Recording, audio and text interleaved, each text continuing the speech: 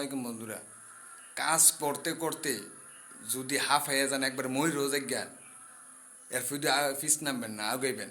দরকার হলে ওই জায়গাতে যেখানে যে থাইমবা যাবেন কাজ করতে করতে শরীর ক্লান্ত হয়ে যাব, ওইখান থেকে আপনার ধৈর্যটারে কাজও লাগাইবেন। কারণ ধৈর্য আগে অর্জন করতে হবে, সবাই কিন্তু ধৈর্য পারে না। ধৈর্য জিনিসটা কি তাই সবাই জানে না ভাই। ধৈর্য আমরার বহুত হয়েছে, আগে এক সেকেন্ডের ধৈর্য আসলো না ভাইয়া। এরকম একটা পরিবেশের মাঝে পড়ে রয়েছি ভাই, ডাইনেও যাইতাম পারি না, বামেও যাইতাম পারি না, বুঝেননি? মানে কী কয়াম, একমাত্র আল্লাহ ছাড়া আর মারা ছাড়া কেউ নেই। সকলে একটু দোয়া করেন। একটা কথা ভাই, আমার ভিতরে কোনো খারাপ, কোনো কুমন্ত্রণা, কোনো কিছু রাখতে পারি না। রাখলে আমার মনে মেঝে কাঁচরা জমে দেখে, আর আমার বিবেক আমার এক নম্বরে শাস্তি দেয়। কারণ আমি বিবেকের কাছে জিম্মি। আমি সবসময় নিজের বিচার নিজে করে লাই। কারণ যে জজ রায় দেয় সেও আমাদের নতুন একটা মানুষ। সবসময় সবাই নিজের বিচার নিজে করে নেবেন, আপনার বিচার অন্য কেউ করতে দিয়েন না। সবসময় বাইরের মানুষ চিনি না, আগে ঘরের নিজের ফ্যামিলির সদস্য লোকটারে চিনি। তারার মন যদি তারা যদি বালা থাকে তাহলে বাইরে বালা পাম। আর তারা যদি আমার লগে 2 নাম্বারই করে তাহলে আমার জীবনটা যাবে এমনি। আসলে ভাই আমার মনটা মাঝে কোনো কাছরা আসলো না, বুঝছেন? কোনো কাছরা আসলো না। আমার জীবনটার বহুত বড় ইতিহাস আছে। সব কিছু আমি ফেসবুক নামে সাগরে ছাইড়া দিলাম। কারণ জীবনে ভাই কেউ কাছে দুঃখের কথা থাকলে, দুঃখ থাকতে কথা, কষ্টের কথাটাই কেউ কিছু করতে পারছি না।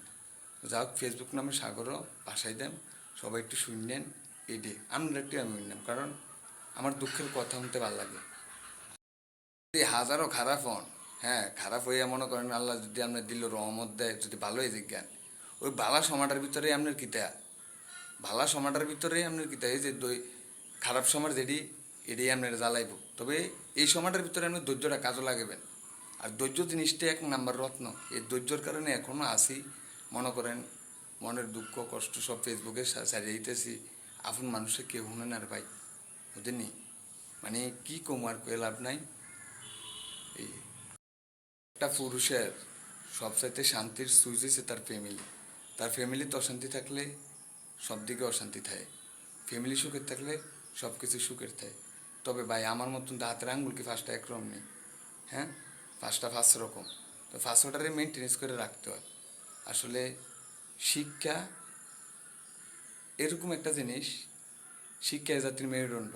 তবে আমার কোনো শিক্ষা নাই, আমার কোনো শিক্ষা নাই। আমি 64 জেলার মধ্যে ঘুরছি, মনে করেন ঘুরিয়া অর্জন করছি।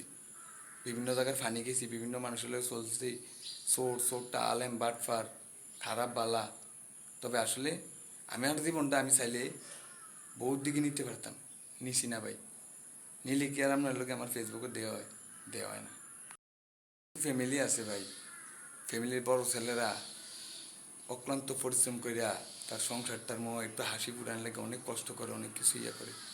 তবে যখন বেলা শেষে সে সাকসেস হয়ে ঘরে আইয়ে মনে করেন, সে আসলে একটা পুরুষ কিন্তু যতই কষ্ট করুক বেলা শেষে সে একা, সে একান্ত সময়টার মেঝে কিটা জ্বালা হয় পড়ায় একমাত্র এটি। আগে মনে করেন এই দুঃখের কথা কেউ কাছে কইতাম না, না খাইয়ে থেকে কেউ কাছে খুঁজি না, একটা অভ্যাস, বুঝলেন? আর মনে করবেন ভালো মানুষের লোকে কেউ নাই, ভালো মানুষের লোকে কেউ নেই জীবনে ভাই। আমি আমার অভিজ্ঞতা থেকে কই, আপনারা মানুষকে অবহেলা করবেন না জীবনে। কারণ আমার জীবনে বহুত মানুষ অবহেলা করছে ভাই। এই অবহেলার কারণে আমি দূরে মানুষ এনতে কেন নিছে, এনতে কেন নিছে, বুঝছেন? আর আজ এই অবহেলা পাইতে পাইতে কোন দিয়ে বিয়া করছি, কোন দিয়ে আল্লাহ 2টা মাইয়া দিছে, মানিক দিছে, ভালো আছি। আসলে ফ্যামিলি ভালো আছে ইনশাল্লাহ। তবে আমার লাইফটা একটু খুব খারাপ যাইতেছে, বুঝলেন? ওই যে হাইনসামি নাই, হারামি নাই। তবে আমি যদি কইতাম যে আমার টাকা লাগবো জীবনে, আমার থেকে টাকা আনন্দ উঠতে কেউ বেশি হোক, তবে আমি লোভী না ভাই, বুঝলেন? আমার লাগে কি একটু দোয়া করেন, একটু সাপোর্ট করেন, ফেসবুক দিয়ে আমি সফল হই।